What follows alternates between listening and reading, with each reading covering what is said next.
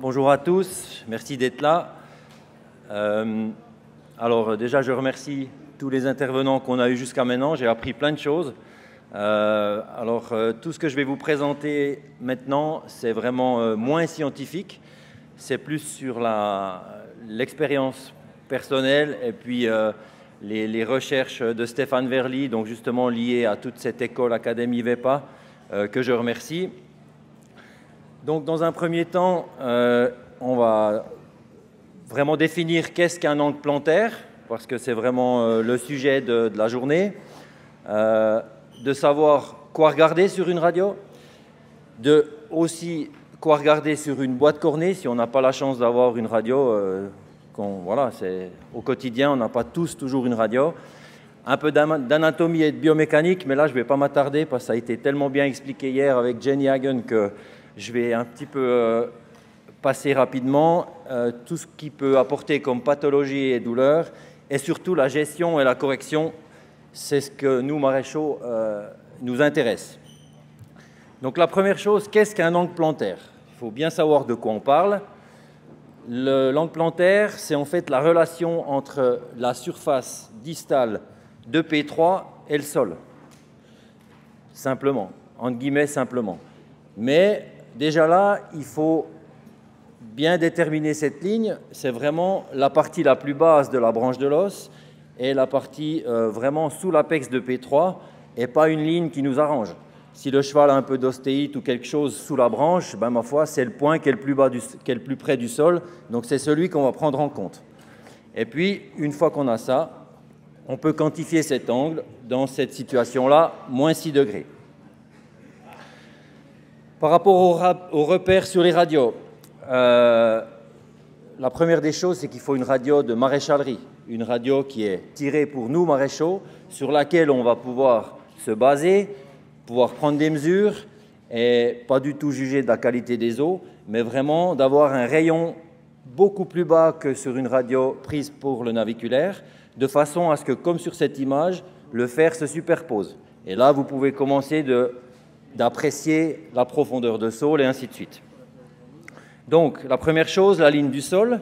Le mieux, c'est d'avoir un bloc radio avec un fil métallique.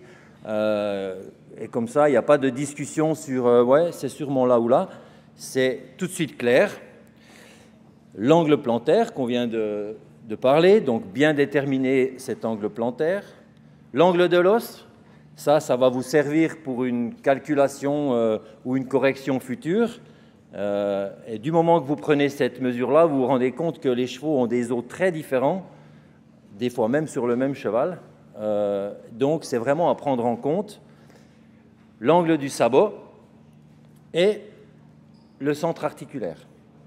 Le centre articulaire, on va voir plus loin qu'il est vraiment important dans toutes les étapes de la gestion et de la correction.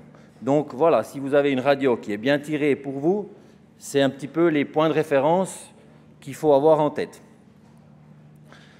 Mais voilà, on n'en a pas toujours une de radio. Donc, il y a eu beaucoup de recherches qui ont été faites par Rick Redden, un vétérinaire maréchal américain, sur justement la relation entre l'angle de la couronne et la surface distale de P3. Tout ça, ça a été après vraiment bien expliqué et bien mis en œuvre par Stéphane Verly, que je remercie encore, qui a vraiment apporté pour nous maréchaux tout un tas de techniques pour nous simplifier la vie et pour comprendre le pied au quotidien. Donc, comme sur l'image, avec un triangle à 30 degrés, c'est ce qui vous permet de pouvoir apposer ce triangle sur la couronne. Alors là aussi, il faut être vraiment très méticuleux et protocolaire, il faut vraiment faire les choses justes. On a vu hier dans plusieurs présentations, les couronnes se déforment, voilà, ce n'est pas le tout de suivre la déformation, c'est vraiment de pouvoir prendre le point le plus en avant et le plus en arrière jusqu'au changement de direction vers le glome, d'apposer ce triangle et de marquer ce point de repère qui, comme sur l'image de droite, va après vous permettre de quantifier cet angle. Avec le chablon VTS et le rapporteur d'angle, vous arrivez à déterminer l'angle plantaire. Donc là, déjà, quelque chose un petit peu qu'on n'a pas vu depuis hier. vous avez déjà une information sans radio, mais qui vous donne vraiment une information utile pour tout votre travail à venir. Un deuxième repère, comme je vous l'ai dit, pas d'études scientifiques là-dessus, mais vraiment un retour positif au quotidien, c'est de toujours essayer d'avoir une relation entre la longueur du pâturon et la longueur du pied. Hier, il y a eu une question qui disait « Oh, mais c'est quoi la longueur idéale ?» Il n'y en a pas. Oui, c'est vrai, il n'y en a pas. C'est propre, c'est individuel à chaque cheval. Mais il y en a quand même une parce que le cheval n'a pas été fait avec une pince pour rien. Il y a un effet biomécanique qu'on doit nous conserver. Et c'est là toute la subtilité de notre maréchalerie, que ce soit pour ferrer le cheval ou pour uniquement le laisser pieds nus. On doit avoir ce rapport de pâturon-pince pour le bon fonctionnement de la biomécanique, des suspenseurs, fléchisseurs, etc.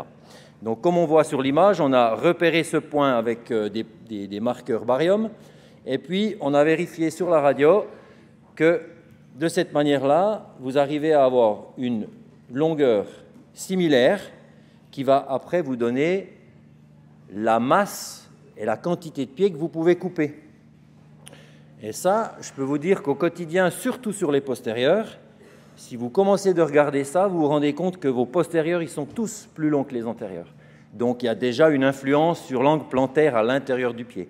Donc, c'est non seulement pour couper assez, mais c'est aussi pour conserver assez de pieds et de confort, parce que la théorie, c'est bien, mais le confort du cheval, il prime sur cette théorie. Donc, j'ai malheureusement pas de pointeur, mais c'est vrai que une condition importante pour que le cheval reste confortable, c'est de conserver une profondeur de saule sous P3 qui correspond à une épaisseur de la paroi dorsale, spécialement sur les antérieurs. Alors là, sur les postérieurs, on peut jouer un petit peu avec ça, mais encore une fois, cette recherche de mesure, elle va non seulement vous conforter dans ce que vous faites, mais peut-être aussi vous ouvrir les yeux sur le fait que vous n'avez pas à séparer. Ce repère de 30 degrés, on l'a vérifié. On a remplacé la ligne du stylo par du barium et on a fait la radio. On se rend compte que ça correspond bien. On a vraiment le même angle qu'à l'intérieur qu'on a trouvé à l'extérieur. Mais pourquoi j'ai mis cette image? C'est parce que cette manière de faire, elle va vous donner l'angle de l'os, mais pas du tout la hauteur de l'os dans la boîte cornée. Alors là, ça correspond presque parce que le cheval a de la masse. Mais si vous faites ça sur un pur sang ou sur un cheval avec moins de pieds, vous vous rendez compte que ça ne correspond plus. Donc, juste l'indication de l'angle, mais pas la position de hauteur dans la boîte cornée. L'observation des chevaux, c'est pour moi très très important, avant de commencer, de regarder le cheval bouger pour plein de raisons. Mais là, on va rester sur la raison de la position du membre postérieur. En fait, il y a une technique très simple. Vous vous mettez dans l'axe du cheval, à 3 mètres un peu en arrière, et puis vous allez... Ah mince, c'est pas juste. Bon, la flèche n'est pas juste, ça a merdouillé. En fait, le but, c'est de pouvoir prolonger le bord coronaire du membre postérieur, ou avec une ligne imaginaire, ou avec une baguette ou quelque chose, mais vraiment essayer de voir où cette direction de couronne, elle vous emmène. Et si vous êtes en dessus du carpe, vous savez déjà que vous êtes dans une situation négative. Si vous êtes en dessous, dans le positif.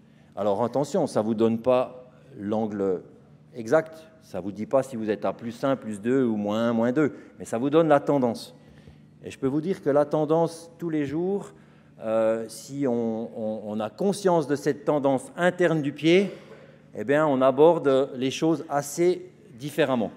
Donc, désolé pour la flèche, normalement, elle devait vraiment prolonger la couronne. Si on parle un peu d'anatomie, alors là, je ne vais pas m'attarder parce que ça a été tellement bien expliqué hier, mais la chose très importante pour nous, les gens de terrain, c'est de se rappeler que le membre postérieur, c'est la propulsion, c'est le moteur, c'est ce qui fait avancer votre cheval. Et on a beaucoup de questionnements, de choses vraiment spéciales pour les antérieurs, mais on en oublie qu'un cheval, s'il ne peut pas pousser, on ne va pas pouvoir l'utiliser à bon escient. Donc c'est vraiment de se rappeler ça. Et puis, au niveau anatomique réel du pied, ben, jusqu'à mi-canon, on se rend compte qu'on n'a pas énormément de variations entre un membre antérieur et un membre postérieur. C'est relativement les mêmes structures. Donc, la manière d'aborder l'équilibrage de cette troisième phalange, elle est relativement similaire. Dans cette observation,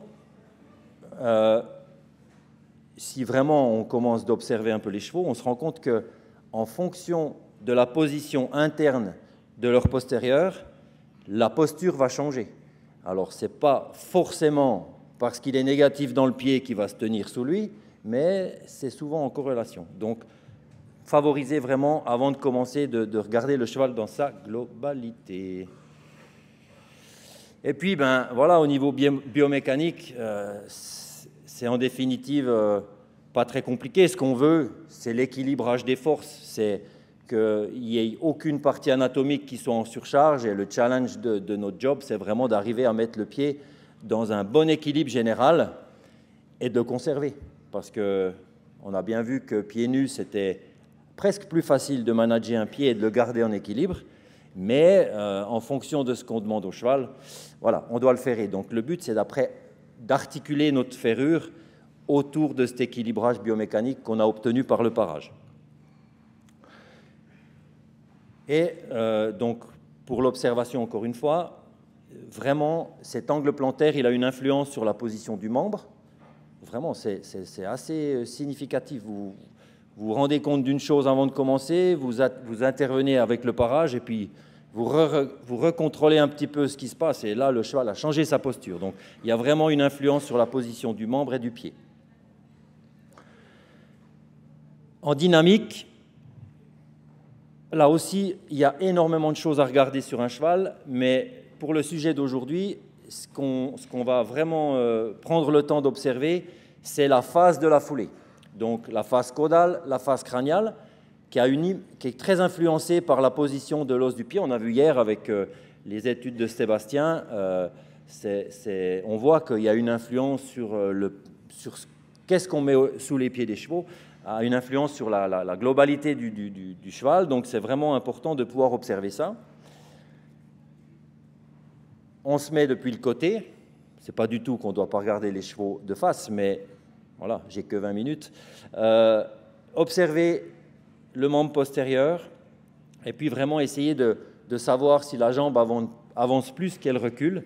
Et tout ça, ça va vous donner vraiment beaucoup d'informations. Alors, si vous ne les regardez jamais, ça ne vous donne aucune information. Mais si vous regardez au quotidien vos chevaux, ça va tout de suite vous sauter aux yeux. Qu'il a de la peine, justement, à augmenter sa face caudale et tout de suite, dans votre tête, tout s'emboîte. Vous vous dites, ah mais bon, il a une face caudale un peu raccourcie. Du coup, est-ce que peut-être la pince est trop longue? Enfin bref, c'est le début de la réflexion.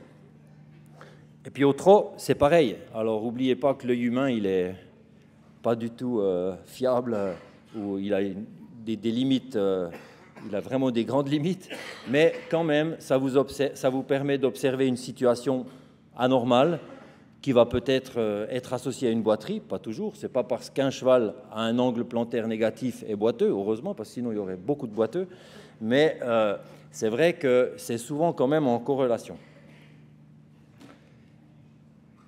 Pour finir avec cette biomécanique, c'est vrai que la longueur de pince, elle a une immense influence sur la région naviculaire.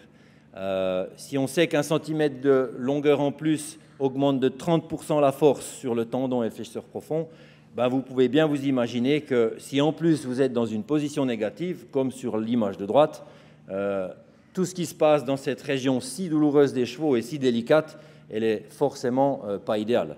Donc, encore une raison d'avoir une situation positive dans le pied. Et puis forcément, on l'a vu tout au long de ces 2 journées, cet angle plantaire, il a une immense influence sur toutes les phases de soutien et d'appui, et aussi sur les leviers, les leviers musculaires, spécialement fesses et cuisses. C'est assez fou comme un cheval change si on peut lui changer sa position sur les membres postérieurs. Donc voilà, pathologie de douleur, ce n'est pas toujours associé à une boiterie, mais relativement souvent associé à des problèmes de dos, à des problèmes de lésions diverses. Mais le truc qui ressort vraiment pour nous, maréchaux, c'est que le cheval est moins performant. C'est que le cavalier a plus de peine à utiliser son cheval. Il se dit « Ah, mais j'arrive pas à le mettre dessous, j'arrive pas à le faire engager, il pousse plus, il se décale. » Et c'est ça que nous, on doit entendre. Et puis, entendre et éventuellement essayer de résoudre, sans se prendre pour ce qu'on n'est pas, mais essayer d'amener au cheval une position confortable sur ses membres postérieurs. Alors les études, il y en a eu plein, hein, on a vu ça tout le week-end, mais il y a beaucoup de recherches qui ont été faites et on arrive toujours à voir que l'angle plantaire a une influence sur la santé et le bien-être du cheval. Donc c'est quand même que ça questionne beaucoup de gens. Gestion et correction. Alors voilà, ça c'est vraiment la partie où je veux prendre le temps de vous expliquer les choses, parce que c'est bien beau de savoir qu'il faut un angle positif, mais il faut aussi savoir comment y arriver. Alors il y a deux cas de figure. Le premier, c'est si vous avez du pied. Ça, c'est déjà la partie un peu plus simple. Donc si vous avez du pied, on commence toujours par observer l'angle plantaire. Alors là, on le fait sur la radio, de pouvoir le quantifier. Et puis là, on observe qu'on a déjà une situation négative de 3 degrés, moins 3 degrés. Ah, j'en entends qui disent « Mais non, sa ligne rouge, elle est parallèle au bloc. » C'est pas faux, mais le faire avec les pointes et l'effet qu'on lui a donné apporte une certaine positivité, mais ce n'est pas l'angle plantaire réel. Donc il faut bien dissocier l'angle plantaire de la capsule, du sabot, et l'angle plantaire artificiel, qui est amené par le fer, par une plaque compensée, par toutes ces choses-là. Donc bien faire la différence de ces choses-là. Donc une situation de moins 3 degrés. Ensuite, on va rechercher la longueur de notre pâturon, la reporter sur la pince, et puis on obtient déjà où est-ce qu'on aimerait couper. Mais vous vous rendez bien compte que si vous coupez depuis ce point en pince jusqu'au talon, vous allez non seulement peu améliorer l'angle plantaire, mais vous allez aussi diminuer la masse de cornes que vous avez sous la fin de la branche de l'os. Rappelez-vous, les vétérinaires qui viennent sonder l'arrière du pied, les chevaux sont douloureux, c'est un endroit très sensible chez le cheval qui est complètement en relation avec la région naviculaire. Donc c'est vraiment ce qu'on veut garder. Donc sur ma première image, j'avais marqué centre articulaire, tout simplement parce que c'est ça qui va vous permettre de localiser la phalange dans la boîte cornée.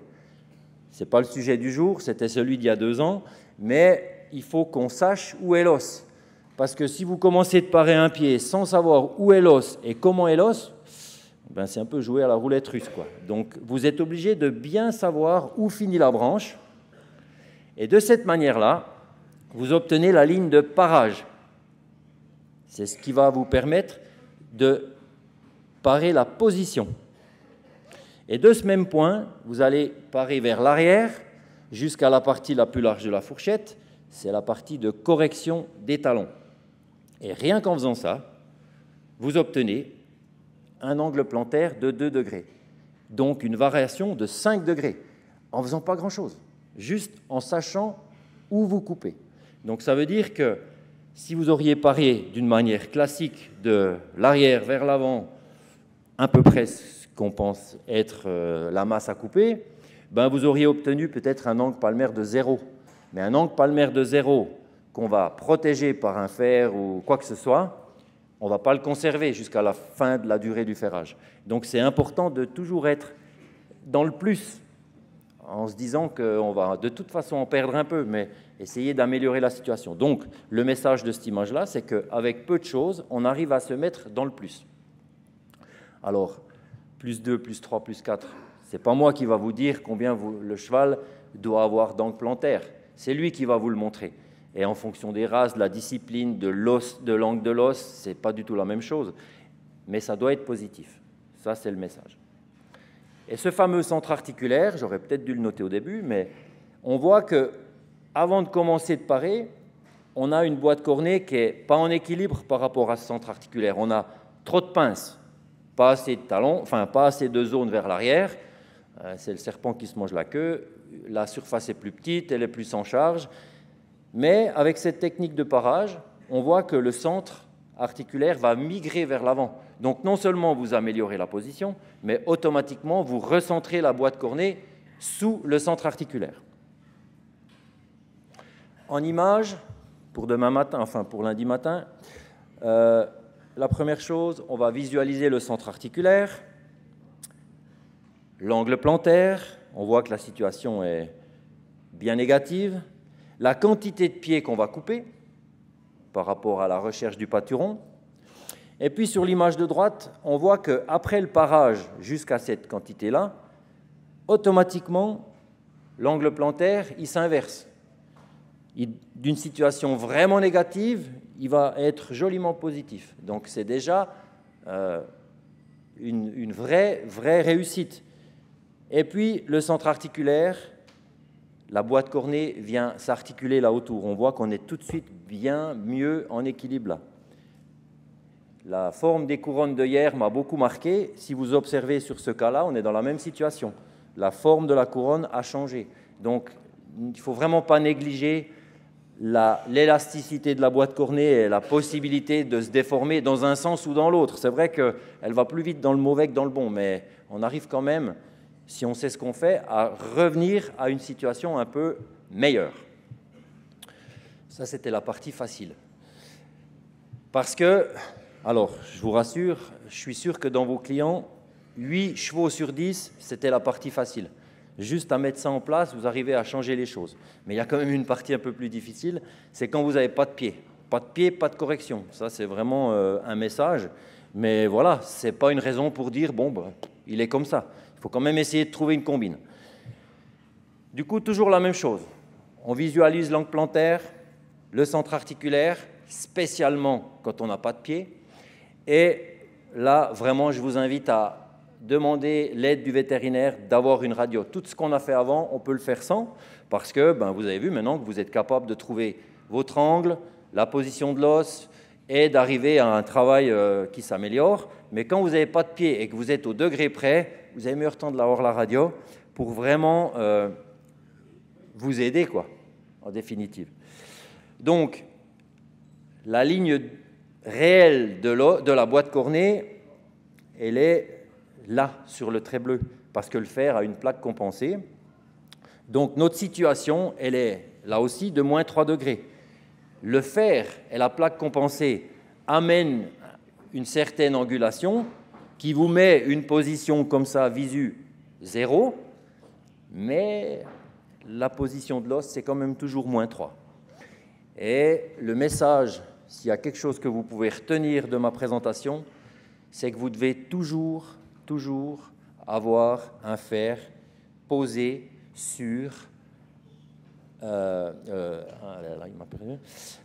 toujours être au moins parallèle à l'os.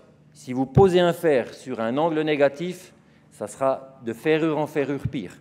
Donc, il faut qu'on trouve la combine, l'astuce pour arriver à mettre ce fer parallèle à l'os. Donc, la technique, c'est de visualiser combien on peut couper. Là, on voit très peu. La ligne jaune, elle est vraiment, il y a très peu de pieds. Mais ça vous permet quand même de récupérer 2 degrés, 3 degrés jusqu'au centre articulaire. Et là, on voit qu'on n'a plus de corne. C'est de la plaque après.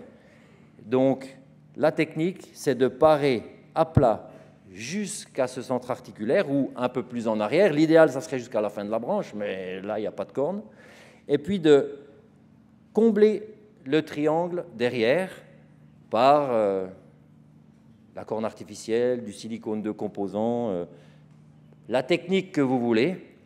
À gauche, la résine, à droite, le silicone. Comme on a vu hier, la pâte dentaire, ça fonctionne très bien. Alors là, vous êtes obligé de mettre un fer à planche pour que tout tienne ensemble. Mais ce système-là est très bien toléré par les chevaux parce que c'est confortable. Et puis, normalement, après 2 ou 3 ferrures, vous ne devriez plus en avoir besoin. Si votre chemin a été juste et puis que vous avez réussi dans votre démarche, c'est vraiment que temporaire. Juste 2 exemples vraiment intéressants parce que vous allez penser à moi lundi en regardant vos postérieurs. À gauche, vous avez un postérieur classique avec un fer engagé, une pince bien râpée pour essayer d'avoir un visu court, essayer d'avoir un pied redressé, mais la situation à l'intérieur, elle est catastrophique. On est moult négatif, mais par contre, on a énormément de pieds. Donc, c'est qu'une erreur de parage. Donc là, facile. Par contre, à droite, c'est un peu différent. On a une boîte cornée beaucoup plus jolie, moins arrondi, moins triché. Mais si on observe réellement qu'est-ce qui se passe à l'intérieur, on se rend compte que l'os, par l'appareillage qu'il a, est dans une situation légèrement négative. Mais si on oublie justement ce fer, on a vraiment un angle négatif important. Et, à contrario, un fer très compensé, très calé. Donc, qu'est-ce qui se passe? C'est le conflit d'intérêts. Hein. L'os à l'intérieur, qu'est-ce qu'il veut? Il veut descendre parce qu'il est mal planté. Et puis le fer, qu'est-ce qu'il fait? Il veut qu'on monte. Et puis du coup, c'est le conflit d'intérêts, c'est des douleurs dans l'arrière du pied, dans la région naviculaire. Et je peux vous dire que ferrer comme ça, après 3 ou 4 ferrures, vous ne savez plus comment faire. Il suffit que la fourchette tombe encore, qu'elle collapse, et puis vous êtes dans une situation où plus rien ne va bien, rien ne va, quoi. Donc c'est vraiment important de retenir que vous ne pouvez pas compenser quoi que ce soit sur une position négative. Rappelez-vous de ça. Alors, je me dépêche. Ça, c'était la partie correction. Mais ce n'est pas le tout de savoir comment inverser la tendance. Il faut encore savoir la conserver. Parce que c'est probablement le challenge du maréchal. Le pareur, c'est plus facile pour lui. Il a une usure de pied qui va jouer en sa faveur. Par contre, le maréchal, il protège le pied, donc forcément, il induit la pousse et l'équilibrage. Donc, le centre articulaire, c'est vraiment votre point d'orgue, c'est ça qui vous donne la ligne de conduite et c'est ça qui vous donne le départ de la réflexion de l'équilibrage du pied. Toujours savoir où il est. La technique pour le trouver, il y en a plein qui fonctionnent, mais vous devez vraiment savoir où est votre centre articulaire. Et après, le but, c'est vraiment d'avoir un fer qui est placé au milieu de ce point. C'est la seule chance que vous avez de garder une position jusqu'à la fin du cycle de ferrage. 50-50. Ça, c'est encore une fois la partie théorique, parce qu'en fonction du pied qu'on a, on ne va pas forcément y arriver tout de suite d'être au milieu. Donc là, il faut vous aider du meulage. Il y a des magnifiques machines là-bas derrière, de pouvoir placer votre fer au mieux, mais après de pouvoir jouer sur les meulages, de jouer sur les départs, de jouer sur les leviers. On a parlé dans cette présentation que de la vue latérale. La vue antéro-postérieure, ça sera pour l'année prochaine, mais vraiment de toujours essayer d'être centré par rapport à ce point. On voit sur l'image de la radio un pied postérieur bien sain, avec un angle positif, un fer qui est plutôt bien centré sous l'articulation. Et là, on sait que le membre postérieur, c'est la propulsion. Donc, vous ne pouvez pas lui mettre un départ de pied trop en arrière, trop roulant. Il perdrait sa propulsion, donc forcément, il serait moins performant. Donc, on doit trouver la pointe de la fourchette, 25 mm vers l'avant, vous obtenez l'apex de P3, et puis on va reporter la moitié de cette distance, donc 12 mm vers l'avant, ça sera le point de départ de votre fer postérieur. C'est ça qui va faire que votre cheval va pouvoir pousser, mais aussi que la boîte cornée aura moins de contraintes au départ du pied. Une fois que vous avez obtenu tout ça, j'ai fini. Une fois que vous avez obtenu tout ça, vous pouvez mettre ce que vous voulez sur vos pieds. Vous pouvez, si le vétérinaire vous demande une compensation pour telle et telle lésion, vous pouvez utiliser les plaques que vous voulez, le silicone que vous voulez, la couleur que vous voulez, tout. Mais c'est vraiment que sur un pied en équilibre. Donc, ce qu'il faut retenir, c'est qu'il faut toujours avoir un angle plantaire positif. Ça, c'est vraiment impossible de garder un cheval sain sans ça. C'est de bien savoir visualiser et comprendre où est l'os afin de pouvoir mettre un parage adapté. Et ça, vraiment, c'est, à mon avis, on a beaucoup de chevaux qui ont beaucoup de choses sous les pieds, mais si on met un parage en place, on enlève toutes ces choses. Et puis, ça c'est pour mon ami Claude du Canada, d'ajuster vraiment toujours les fers en fonction de l'os, de la couronne, et pas de la boîte cornée. C'est le seul moyen que vous avez de garder un pied en équilibre. Sinon, vous êtes tout de suite dans la surcharge de telle ou telle partie anatomique. Un grand merci à Jérémy Gonin, David Ebicher, Stéphane Verly pour les informations qu'ils m'ont aussi procurées. Et puis, un grand merci à mon ami Jean-Pierre Tsaog, qui est l'auteur de ce magnifique dessin qui qui explique tout ce qu'on discute ce week-end. Tout est dit dans cette image. C'est son dernier dessin qu'on n'a pas eu la chance de voir dans l'info maréchalerie, mais il est vraiment très, très intéressant. Merci à tous.